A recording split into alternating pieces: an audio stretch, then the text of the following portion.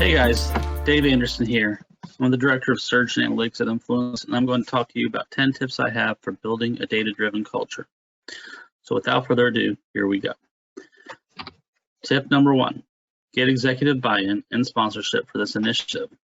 As we are all aware, people are sometimes averse to change, and asking them to alter the way that they have always done it can be a challenge to some.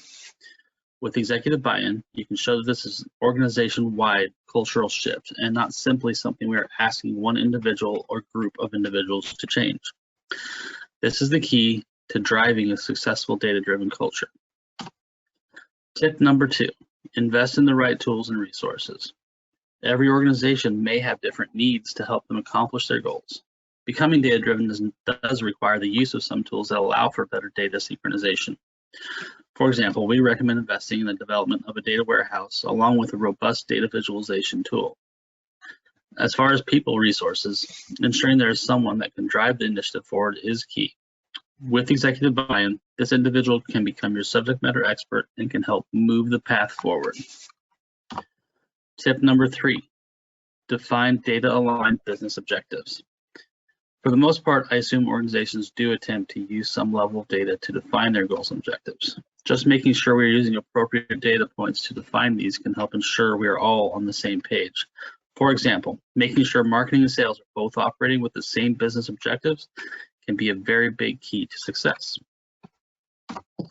Tip number 4, define a single source of truth. In my experiences, both agency side and in the corporate environment, everyone has their own way of tracking data.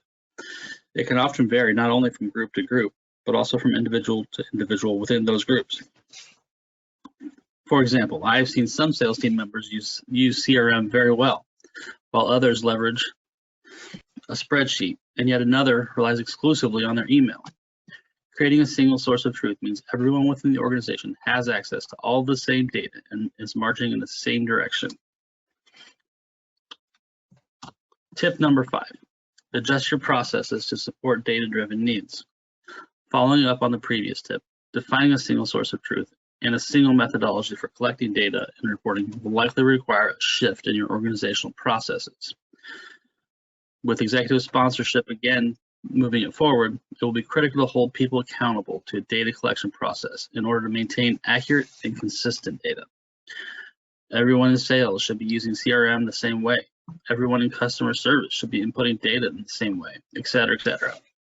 There should be a well-defined process.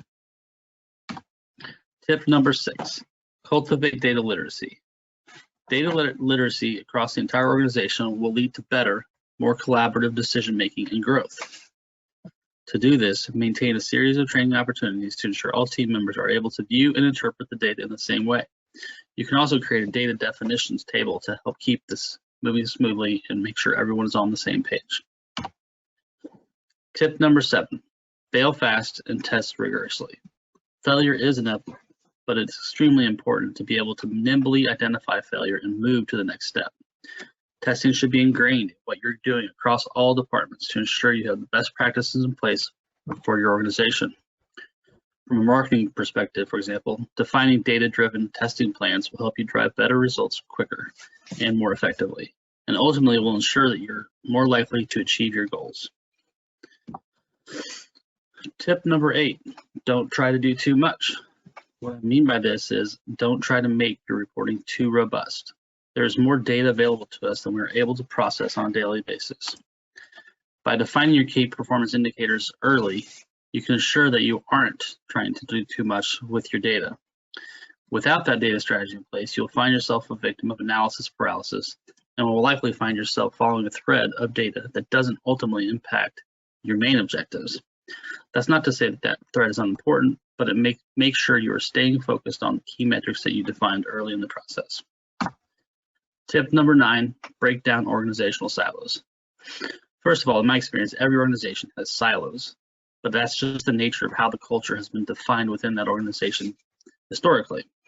Teams do different things, and they tend to stay in that bubble when thinking about organizational processes and culture. To become a well-oiled, data-driven culture, the executive sponsor needs to take the lead on breaking down those silos, holding people accountable to the expectations of your data-driven culture shift.